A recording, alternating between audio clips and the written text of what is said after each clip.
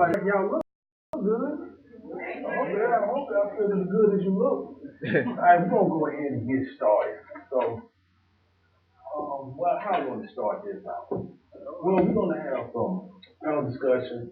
First of all, let me introduce myself. Let me start for those of y'all who don't know me. My name is Sato Moss. I am the writer, director, and the producer of the film Moving Forward, Past, Present, and the Future of Black America.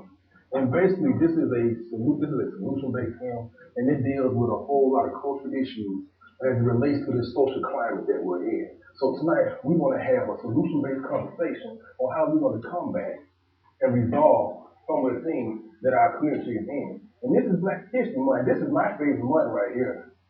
To me, every month is Black History Month for me. But this month here, I can be just as open and honest. I ain't got to worry about white comfortability or none of those things. So we're going to start off with some very light subject matters, and the topic's going to get a little bit more heavy, and it may get uncomfortable for some.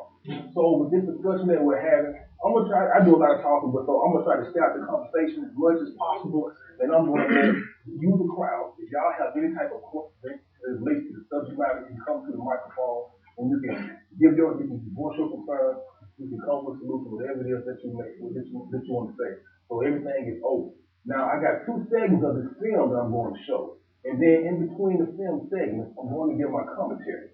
But I really want us to have this dialogue because a lot of times when it comes to us, and I say this all the time, when it comes to us, when we get to talking about the social ills, the social concerns in our community, the conversation needs to always go back to what's on the black folks just because we want better for ourselves. Just because we need our own infrastructure and our own system. We got to be looked at as something wrong because we want to take our educational background, our resources, and pour back into our community. And then we let others who don't even understand the misunderstood minority try to dictate what we need to do. And that is a form of marginal oppression. So right now, I want to call my panelists to come up. We got two of them already.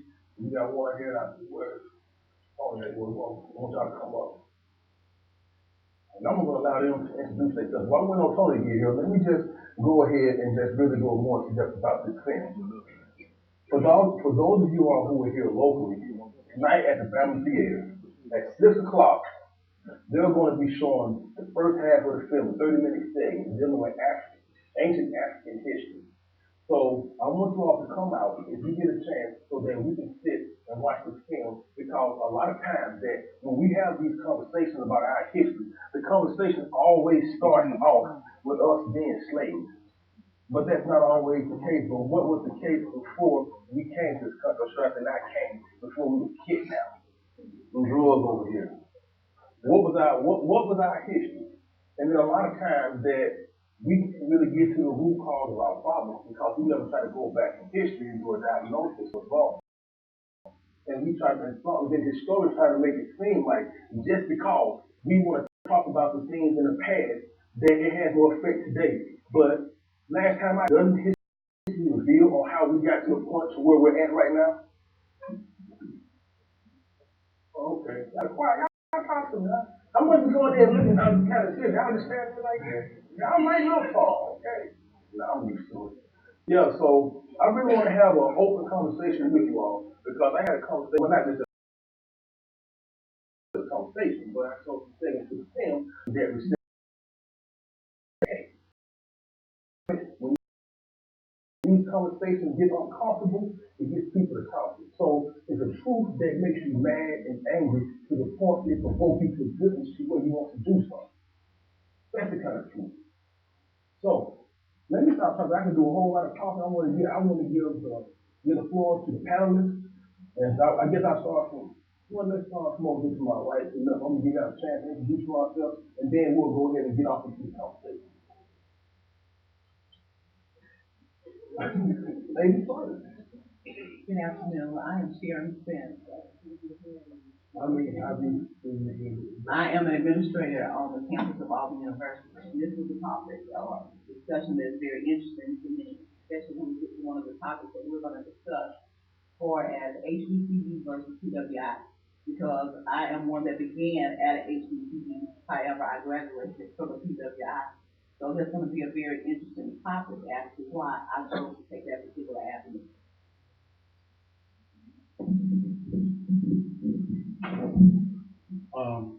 is Pastor Tony Smith from Atlanta, Georgia.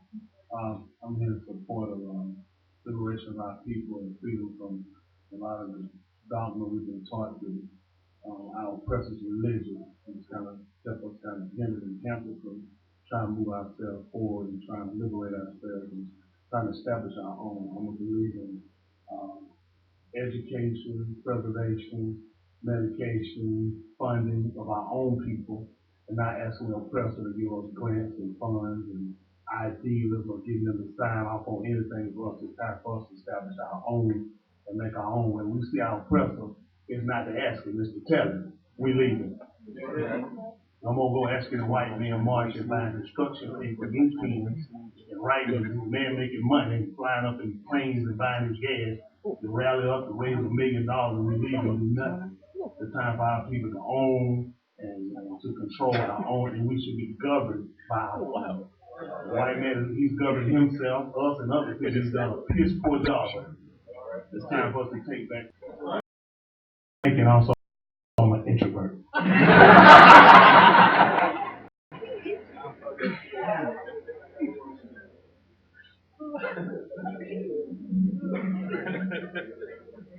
How y'all doing? My name is Donnie Lee. I'm a native of Tuscaloosa, Alabama, with Northport to be exact. I just recently graduated from the University of Alabama. So, experience within the PWI as a minority. I kind of started my journey of activism in Brother San Antonio and, just trying to learn more from my generation so we can spread that knowledge amongst us. Because sometimes I feel like you come across that wisdom far later in life, and we should be getting that from our elders much earlier. So I'm very appreciative and excited to do it.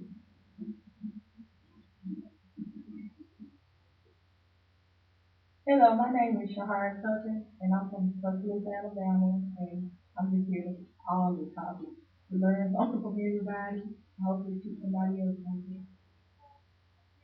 All right, well, that's our panel. So let's go ahead and get off to the discussion. I see one thing that has come up a lot, and before I direct it to the crowd, I want to talk about that. I see that we come up with the PWI. I guess we can say HBCU versus PWI.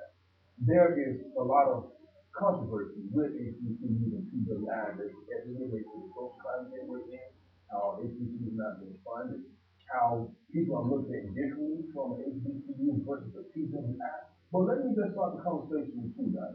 I want to give the young people some time to express themselves because this is your conversation. And so I want to say, when we say that we go to a PWI and we're here at an HBCU, what difference do you see, or what does that say a HBCU versus a PWI? And for those who don't describe what a PWI is, they don't know what to ask. Alright, so I attended a PWI, which is a predominantly white institution, and as far as like my experience goes, like being a minority, I've always felt that when you step into a classroom where you may be like the only African American there, or there's like two of you, obviously you already have like this organic cohesiveness with the other person in that classroom that you share an ethnicity with, and I feel like there's a sense of pressure to perform to a certain standard at those institutions because you do feel like you're representing the entire race. I don't necessarily think that that's fair, but it is factual. And I think that pressure is a privilege. So, when you are put in situations where you have to represent your people, you show that I am your intellectual equivalent or superior in many ways, and the skills that I may not be your equivalent superior, I'm eager to learn so that I can get there eventually. In terms of the culture, inside the classroom, just socially at PWIs, I do feel like, specifically at the University of Alabama, we're dealing with a lot of, they seem to only want African Americans there when they're winning football games. And former student athlete, football player at the University of Alabama, I've experienced this firsthand. We walk in the classrooms and teachers have an automatic perception of you as not only a black man, but as an athlete, and thinking that, well, he's not here to get an education, he's exclusively here because he just wants to go play the football, throw the football around for fun. I do feel like that in the class,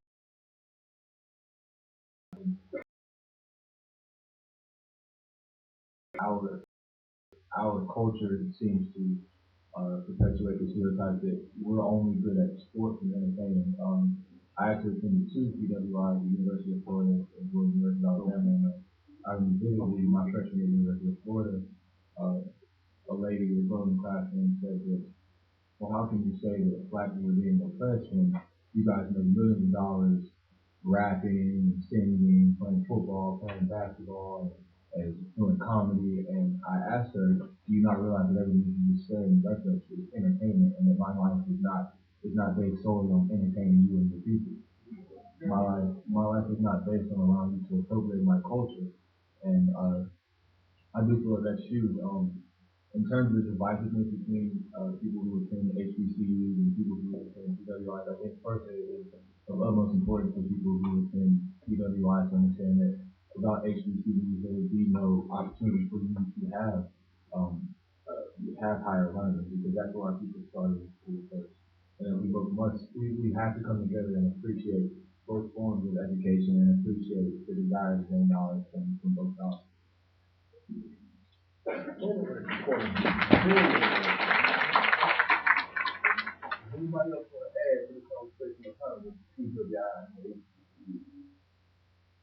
Well, as Donnie was talking, we were discussing how we also see as black people think that we are not capable of attending a PWI. Many times that we are stereotyped that academically we only did at HBCU. Some people feel that we're homogenous, meaning that we're all the same just because we look the same. We all have different desires, different goals, and we all have different avenues as to do those things. One of the things that has bothered me is that most people feel that attending a HBCU, it questions your blackness. Well, attending a HBCU doesn't make you any blacker than if you attend a PWI. Me as a black woman, what I found is that I originally had a scholarship to attend an HBCU, and I had the opportunity to run track. But it's stereotypical because they, as he said, they feel that we're only good enough to be an athlete. Well, I don't want to be labeled as they have labeled so many of us and our children as run, nigger, run. Because we're more than that. I have a grade. So I chose to go to PWI to challenge myself, to prove not only to myself, but to them, is that I can excel academically on their hand. At the same place that they had, and prove that we are smart, just as capable as any of them. And so I'm a promoter of our black children, realizing that the arena that they are placed in, we don't have to put limits on ourselves and say HBCU versus PWI, because what we're boiling it down to is a personal preference. And it shouldn't be an argument as to what your personal preference is. It should be what's going to equip you and to get. So what I have found is that now that I've graduated from a PWI and I'm working at one thing that I share with my counterpart is that where I work now, there's no one in our entire building that looks like me. So every day that I go to work, I have to prove that I'm capable of performing my job. They question, does she really know the job? And then some of them have the audacity to even tell you, you can really speak very well to be a black woman. Well, it's not a compliment to me, so because I'm an introvert too, but to tell me that, it makes me want to be a punk.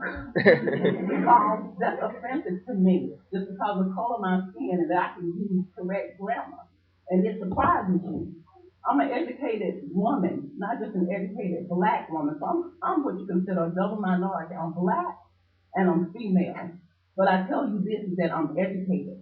And I'm gonna be the person that makes an impact, not only for myself, but for my people. So every day that I walk into Auburn University, I excel not just for myself, but just for the black girl that's gonna have to come behind me to prove that she's just as good as anybody else.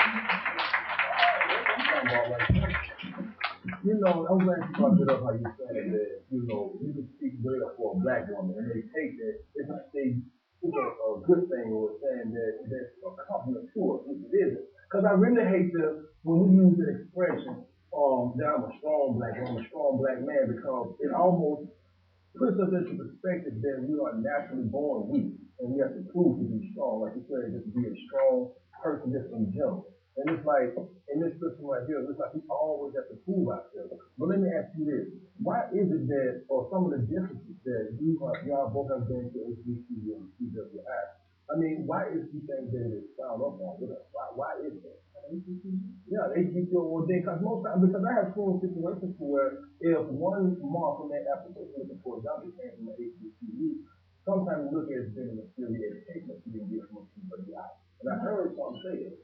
Or have your experience been different? Yes, they don't look at it as academic inferiority. What happens that I talked to one of my colleagues, he has served on various selection committees for different institutions at Pennsylvania.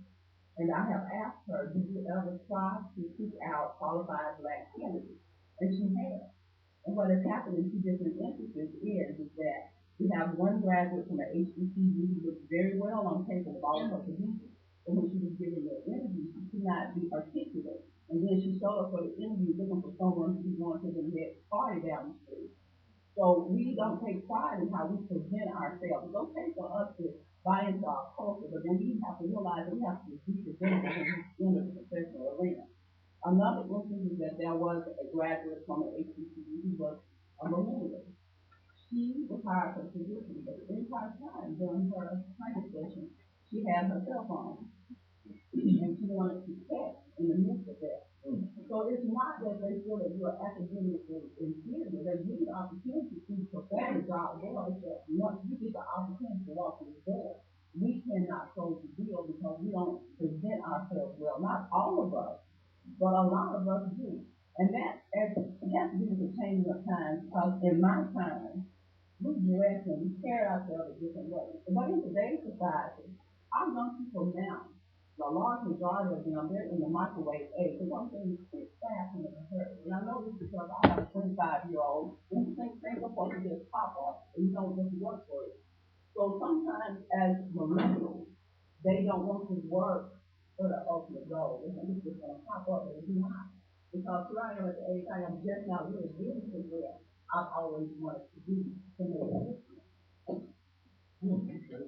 Well, do you think that it's a particular school institution that they went to, or could it just be just a person, just something person reason why they say they interview some like the company HBCU? You think it's something in the school that they come from, or is it like I say, it's a person? It's a person because you can look well on paper, but you back it up. I can write anything on a piece of paper, but until you interact with me and you work alongside with me, then we're not going to know how my skill will or will not complement yours and make a difference into whatever project you're actually working on. So it's not where you graduate from, it's how you enter with it. We often complain that we're not given opportunities, but the thing is when you're given an opportunity, it's still That has seen the HBCUs that a lot of times when we graduate from HBCU, we never try, we get these good jobs, we get these good jobs, we never put back into, give back to our kids. And we see people guys, they have their people does graduate, they're on that getting all the time. And we never give back to our own. And that's why a lot of our HBCUs right now are struggling. So I guess my question should be, what can we do to resolve those issues that we have with as far as saying that, how we look good on paper, but we don't look good in person, and also why we don't support. What should be something else we can for them? Tony said that he wants us to be able to get to the point that we begin to have our own, be able to stand up on our own. So what we have to do is we have to educate outside of the classroom how our children are supposed to conduct themselves in a professional setting. We don't have any type of, they have workshops all the time for various things. So how many times do you get a workshop on how to be prepared to take it? Look at something. How do you prepare to that? What questions are going to be the normal questions that we're going to have? Are they going to be behavior-based questions? Because that's what trips us up many times. Because if they ask us a behavioral type question in an interview, then we are answered from a black perspective rather than from a universal perspective. So we as black professionals have to educate our young black men and women how to answer those questions in order to be able to be given that opportunity. Again, my introduction. What I wanted to do is kind of illustrate, I think it's a detriment on both ends of the university. Simply because our people haven't really done a lot of research on it. When you look up people like Richard Humphrey, y'all familiar with him? Richard Humphrey. You should have been. He's the first person that actually helped found the HBCU appointment. These HBCUs are funded by white people. It was started by white people. So the argument that you guys are having about pissed off white university or an HBCU is actually the synonymous, the same thing. They're still a system controlled by white. The fact that we're having conversations about meeting a criteria of white people when we still have elevated to the point of our own. They have what's known as we use the terminology anatomy, which is going to relate to people in a certain area. Well, where we come from, there's a certain speech we have and a certain dress. Like white people. They come on jobs with ponies. They'll come with hula hoop stuff inside here, not on the ear. Nobody tells them. They still get jobs and they still make it. We got to get away from trying to be the standard of the cracker. I mean, it's simply the word needs to be called because he has the whip. I want to become a cracker. I want to whip. I want to strike back. We need to control. We need to hide. The problem I think on some end becomes we look to still, if we put a black person in position to hire or say, well, I'm in a position to hire, you're only going to do what the white man is going to do. He train you to, you know what I like, you know what I want, don't hire nothing on this job, it ain't like you. You need to talk like you, look like you, walk like you, smell like you. So nothing's changing. And I'm for one, some words, I don't know, job. This is slavery. I can't go on the man's job and say and be who I want to be.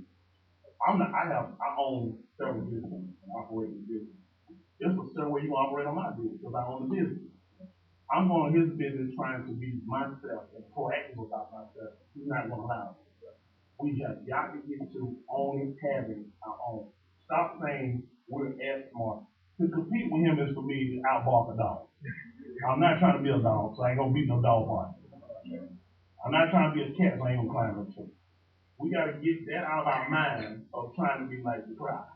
Trying to compete to the crowd's level, trying to meet the crowd's standard. I'm not the crowd. I can breathe, I got a nose.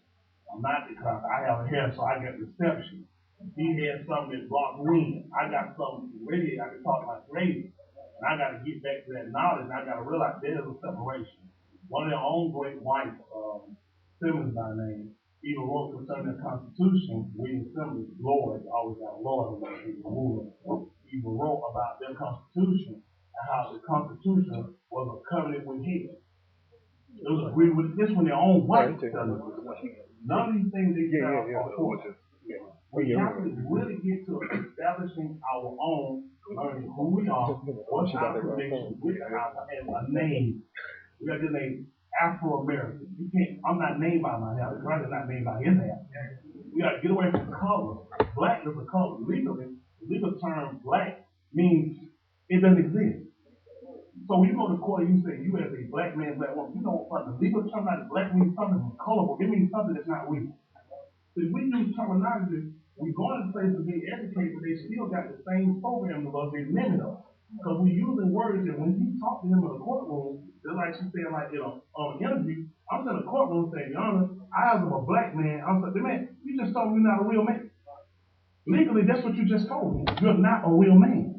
So we're using terminology and it's hurting us. We gotta stop playing with this, man. We have to get to a point of breaking away. Stop having these on how to fit in. Do you not know their own beliefs? Thomas Jefferson, Henry Clay, these were heroes of Lincoln. Do you know what they believe? That blacks should be taken back to Africa. Yep. They said, their writings were that blacks and whites could not coexist together peacefully. Yep. These are people that wrote a constitution that you're going to your oppressor and you shoving in his face and arguing him to his face about your part in something when he said clearly you cannot live peacefully with him. And you started trying to fit into his system. This is part of our hurt. We're never going to be nothing. Don't try to fix your hair like him. Don't try to wear your clothes like him. Because you're still not going to expect. You're not going to respect. Again, I'm the introvert. All right, we got somebody.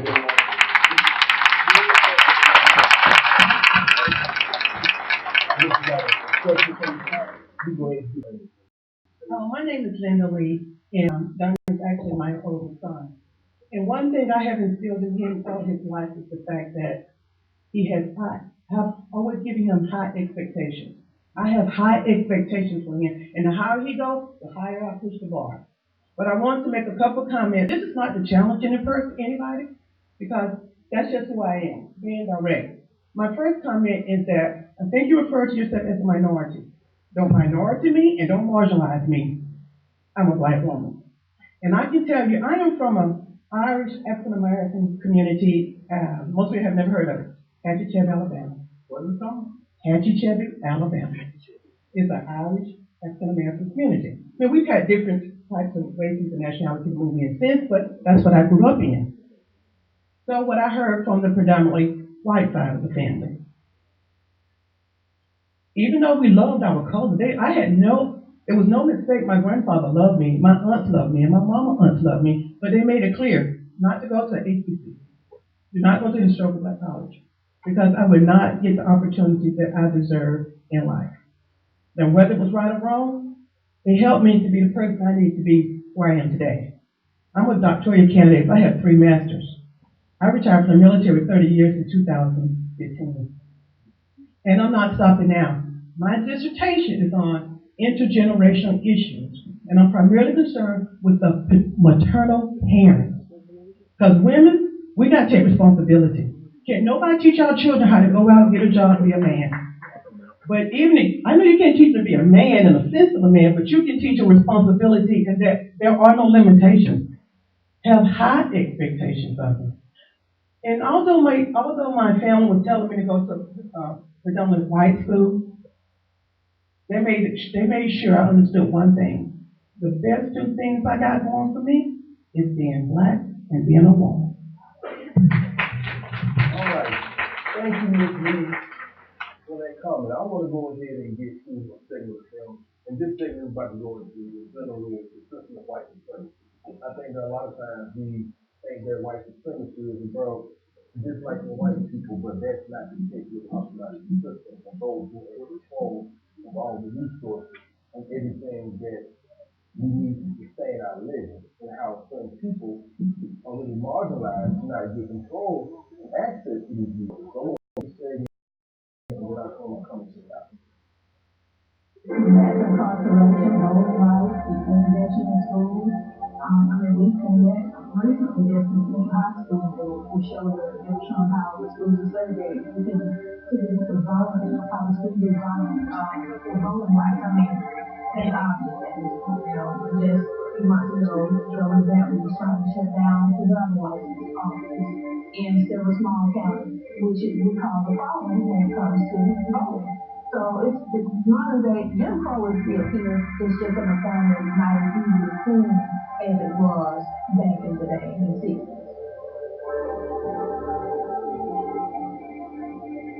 You couldn't have this system the way it exists now. The government of the United States of America was set up, but if there's going to be a superior position, the white man will be in that position. The only way a man can rule you is he got a superior knowledge. So if you was taught that just about everything you see came from a black mind, it wouldn't be too long where we would take over. All our information was being fed to us by the same ones that built a system to keep us down, regardless of how we view this society that we live in. It was created in the mind state to have us at the bottom. So I would say, let's be the burden bearer and to build a society. So therefore, if we're going to do that, we're going to create a slave mentally. There has to be some white supremacist system that's been established. Our history and identity has actually been stolen. And that's showing various facets of society. Everything was taken from us and purposely taken from us. So I would say to indoctrinate us with white supremacy.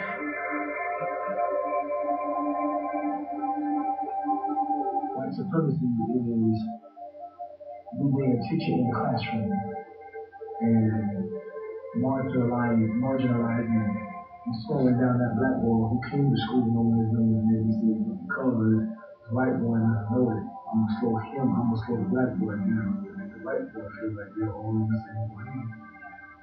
And if that black boy don't keep still, I'm gonna label him ADHD or send him to ISS. Because that's white supremacy.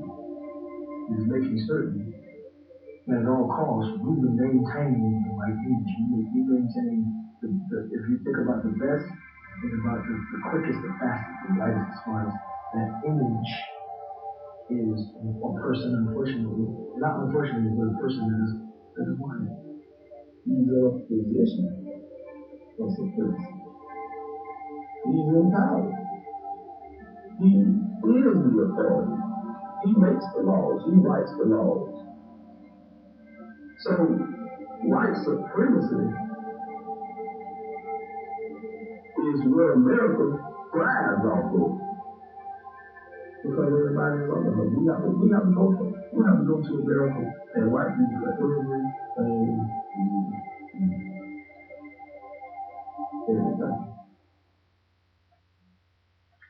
White supremacy. This country is being ran by an open white supremacist. He's very open in his views. See, this is what gets me living in this system. When the police is not killing anyone, when there's no uproar about certain bills being passed that directly affect us, if Donald Trump hasn't said anything, and everything seems to just die down, it's like we're okay. We so react to everybody else. But do y'all know that these white supremacists are fun right now as we're having this panel discussion? Let me give y'all some insight on the reason why a lot of these white supremacists. Now, when I say white supremacists, I'm not talking about white people, I'm talking about the white race.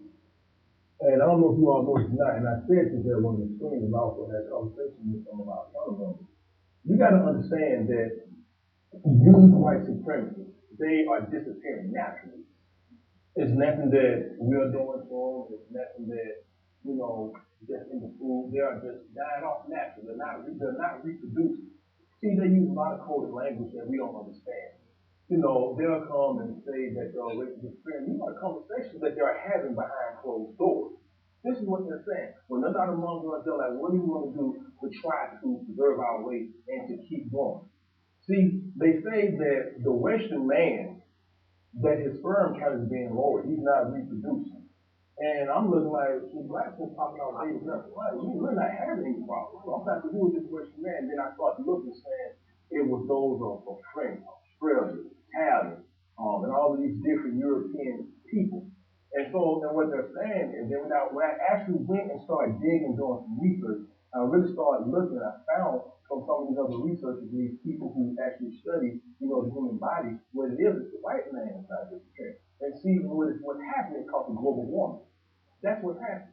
It's going up as the world gets hotter. It's going up body off by a half degree to a whole degree Celsius, and it causes the sperm count to be lower, so they can't reproduce. That's why you always seeing stuff like stem cells, artificial birth rooms, sperm banks, and all of these things to help with reproduction. That's not for us. It's for them. And see, also too, I don't know if y'all do this or not, but like with Ancestry.com, as we try to get our mouth for all this, try to go and figure out where ancestors were from, they taking taking our DNA unbalanced, and they give it to the government to put you in the system. And then these white people go across seas and then start to study up to figure out what is it about us, the reason why we stand the test of time. They try everything to get rid of us. They try Planned Parenthood, they try eugenics, they try birth control, they try all of these things. Then they're coming out with the HPV, whatever it is, saying that one of these full of cancer and all that stuff, and putting them through these contraceptives. That's all they're doing. And see, and this is documented. This is not me making this up. You can make this up. And so, stay away from trying to take these different sites to find these different from. You're gonna do one with African ancestors. That is for real, and it's black owned. And see, don't think that they're having because they're disappearing now.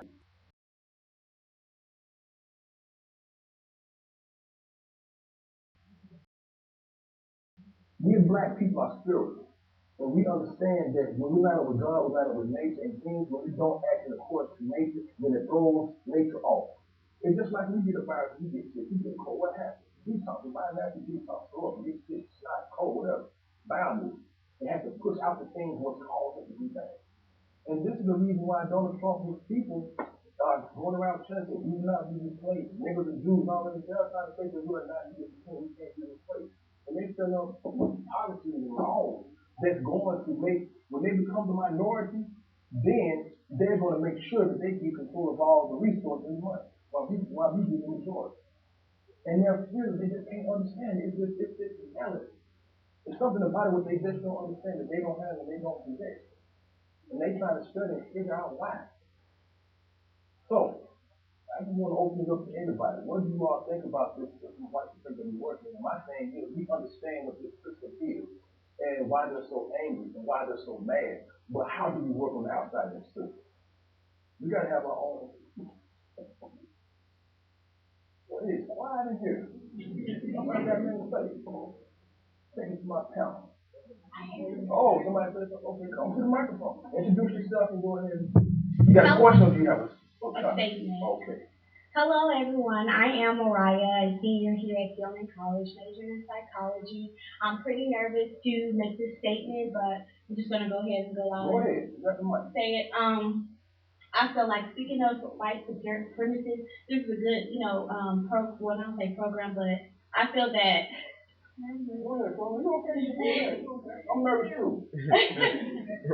I just feel that, like from the Black Lives Matter movement, how they just had not organization, but they had a meeting just with the blacks, and everybody, it was an uproar of white supremacists upset that they were not allowed in the building. However, I feel like if we continue to do that, and make people uncomfortable and wonder, oh, what we doing, what we're doing, but in these meetings, not only be together, but just make, like you said, come up with plans to make our African community better. And I feel that first of all, a step that we need to make as a Black community is start getting together and start just making it, making decisions, for us, because we can't keep sitting under what they're doing, going back to what he said. So that's just my statement. Thank you all. But I can't say this, is that as it relates to what right. Let me just say, one thing we always want to is our